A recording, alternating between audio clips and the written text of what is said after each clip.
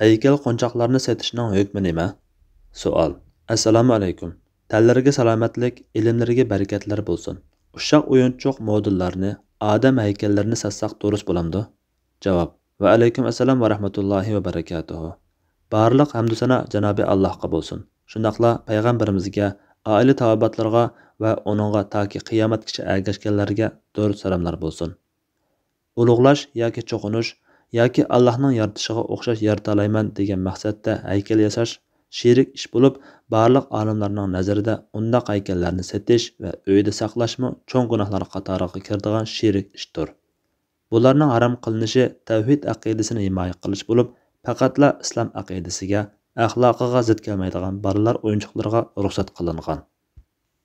Aisha radhiyallohu anha mundaq rivoyat qiladi. Men kichikimda payg'ambar sallallohu alayhi vasallamning yanida qo'nchoqlarni o'ynaytdim. Men bilan birga o'ynaydigan bir necha do'stim bor edi. Ular payg'ambar sallallohu alayhi vasallamni ko'rsla tartinib pardaning orqasiga o'tib yo'shirinib oladi. Payg'ambar sallallohu alayhi vasallam ularni mening yanimga elib chiqib qo'yadi. Shuning bilan o'yinimizni davomlashtirdik. Aisha radhiyallohu anha mundaq rivoyat qiladi. Payg'ambar sallallohu alayhi vasallam Tabuk yoki Xaybar g'azidan qaytib keldi. Uning takchisiga parda tartib qo'yilgan bo'lib, parda shamolda qayrilib ketibdi. Payg'ambar sallallohu alayhi vasallam men o'ynaydigan o'yinchoq qizlarni ko'rib qoldi-da, "Ey Aisha, bu nima?" deb so'radi. Men "Qo'nchoq qizlarim" deb javob berdim. Payg'ambar sallallohu alayhi vasallam qo'nchoqlar orasidagi qanotli otni ko'rib, "Undaqda bu nima?" deb so'radi. Men "U ot" desam, Payg'ambar sallallohu alayhi vasallam "Otning ustidagilar shu" deb so'radi. "Ular otning qanotlari" dedim. Payg'ambar sallallohu alayhi vasallam "Otningmi qanoti bo'lamdi" degan edi men. Sulaymon alayhissalomning qanotli otlari borligini anglamaganmidingiz dedim. Buni anglagan Payg'ambar sallallohu alayhi vasallam muborak eziq tishlari ko'ringidek darajada kulib ketdi. Bolalar o'yinchoqlariga ruxsat qilingan degan qarashni Qozi Iyaz ko'pchilik olimlardan naql qilib, kichik qizlarning qo'nchoq o'ynashiga ruxsat qilingandir degan. Imom Shavkani mundaq deydi. Bu hadisda kichik bolalarning haykal va qo'nchoqlarni o'ynag'ili qo'yishning joiz ekanligiga dalil bor.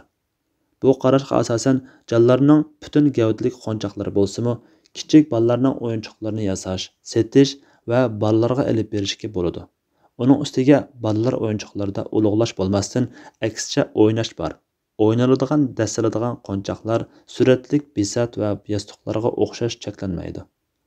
Buningda qiz bilan o'g'il o'rtasida farq yo'q. Faqatla har bir jinsning qo'nchoqlari o'z jinsiga munosib bo'lishi lozim.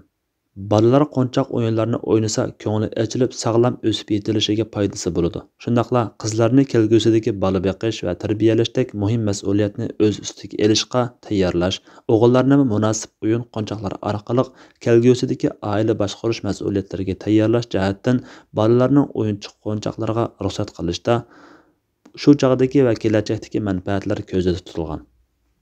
Ulug'lash yoki cho'qinish ehtimolligi bo'lmaganda bolalarning ehtiyoji uchun aniq manfaatni ko'zda tutib, qo'nchoqlarga ruxsat qilingan bo'lg'achqa, buningga qiyos qilsak, o'qitish, mashq qilish va anatomiyalik tadqiqotlar uchunmi haykal qo'nchoqlarni, modellarni ishlatishga ruxsat qilinishi kerak. Yana beshi yo'q haykallarga ruxsat qilingan bo'lib, haykalning beshi kesib o'tilsa cheklanmaydi. Ibn Abbas radhiyallohu anhu rivoyat qiladi-ki, Payg'ambar sallallohu alayhi vasallam mundaq degan: Surat degan boshdir. Bosh kesib o'tilsa surat bo'lmaydi. Abu Hurayra radhiyallohu anhu rivoyat qiladi-ki, Payg'ambar sallallohu alayhi vasallam mundaq degan: Jibril alayhissalom qashimga kelib, "Men oqshom qashingga kelgan edim, biroq sen bar uyga kirmadim. Chunki uyning eshigida erlarning rasmlari, uyning ichida rasm tushirilgan parda va bir it bor ekan. Buyrug'inki, eshikdagi rasmlarning beshi kesilib, daraxt shakliga kirgizilsin. Buyrug'inki, parda ikkiga bo'linib, yerga tashlab o'ltiradigan ikki yostiq tikilsin. Buyrug'inki, it uyning sirtiga chiqarib o'tilsin" dedi. Payg'ambar sallallohu alayhi vasallam shunday qildi.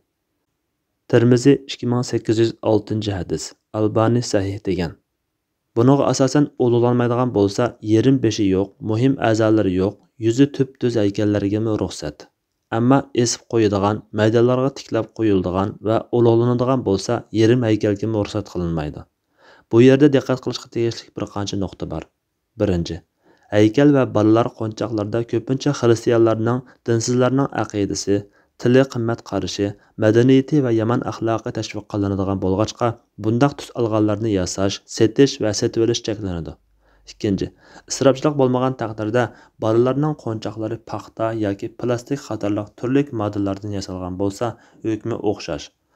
Qor, muz, xamir yoki tatliq yemeklardan yasalib iste'mol qilinadigan bo'lsa-mu shundoq. Uchinchi, ibodat yoki cho'qinishdan yiroq, o'qitish va chiniqtirishga foydali bo'lgan haykal va modellar tibobat, biologiya, anatomiya va boshqa ilmlarni o'zlashtirish uchun zarur bo'lg'achqa, maktab va doktorxonalarda, tadqiqot markazlarida va zarur sohalarda ishlatishga bo'ladi.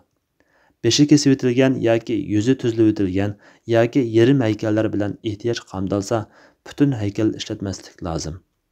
To'rtinchi, kiyim haykallari ishlatishga bo'lgan ehtiyoj beshi kesib o'tilgan yoki yuzi tuzlab o'tilgan yoki yarim haykallari bilan qamtilgan taqdirda uning uchun butun haykallarni sotmaslik yoki do'konlarda ishlatmaslik lozim. Beshi kesib o'tilgan yoki yuzi tuzlab o'tilgan yoki yarim haykallarni ishlatish zarur bo'lganda uni yalang'och qo'ymaslik, ustiga hayoliq kiyimlarni kiydirib qo'yish lozim. Alloh eng to'g'risini bilguchidir. Fatvoda doktor Abdulaziz rahmatulloh. Fatvolar majmuasi 2-tom 78 nomerlik fatvo.